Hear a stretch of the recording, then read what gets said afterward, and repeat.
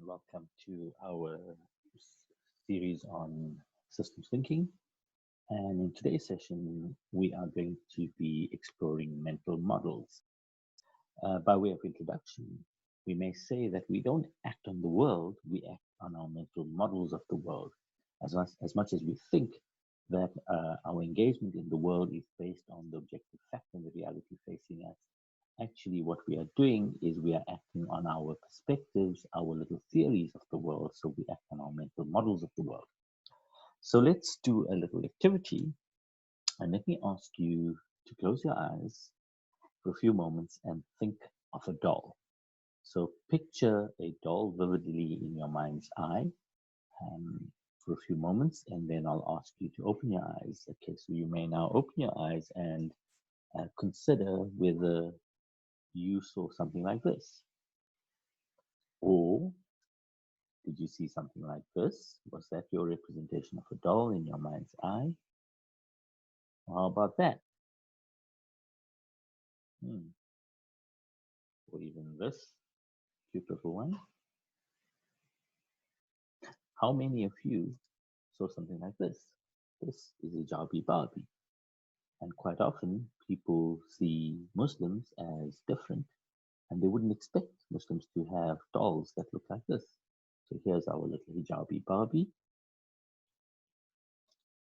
So we don't act on our world, we act on our mental models of the world. So when I asked you to picture a doll, you conjured up an image of a doll based not on what a doll is in reality, but on your perspective, your theory, your image, mental image of a doll, which is your mental model of the doll.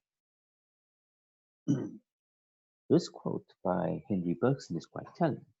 It says, "The eye only sees what the mind is prepared to comprehend." Now, normally what we say is seeing is believing. But here, what Bergson is pointing out is that believing is seeing. And if we take a moment to reflect on that, you will notice that when you have a certain belief, in other words, based on your mental model, then you see what you're based on that mental model. Quite often, you're actually blind to the evidence in front of you because it doesn't stack up with your mental model. So as much as seeing is believing, in many cases, actually believing is seeing. So our mental models determine what we see, what information we filter out, what information we pay attention to, and the beliefs that we then construct.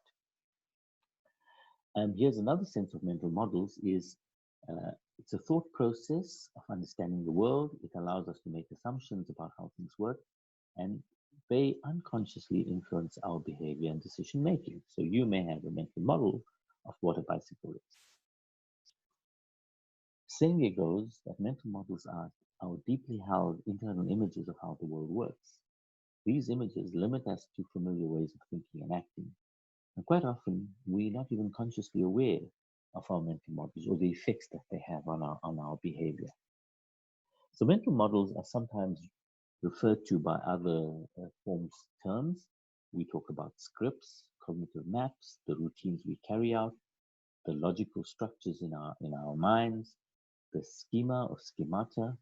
They also relate to goals, topologies, and our mental models determine and are partly determined by the boundaries we draw, the time horizons that we consider relevant to a particular situation, our understanding of the causal structure of a phenomenon, the attributes we make about individuals, our values and our beliefs.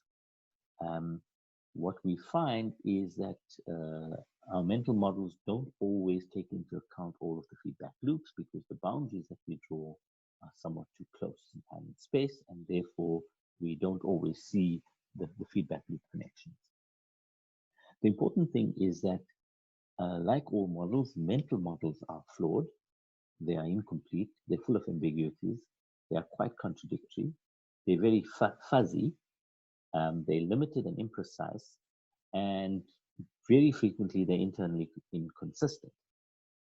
And mental models are also transient. They can change over short periods of time depending on the situation and the context. So our mental models also help us to simulate a phenomenon in our minds. So for example, our mental models of how bicycles work can simulate, uh, allow us to simulate, and we can then immediately see that this particular picture won't work. But not all the time do we have that luxury because of what is known as bounded rationality. So we don't act on the world, we act on our mental models of the world. Where do our mental models come from?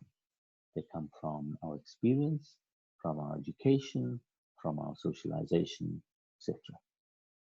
Thank you, and see you next time.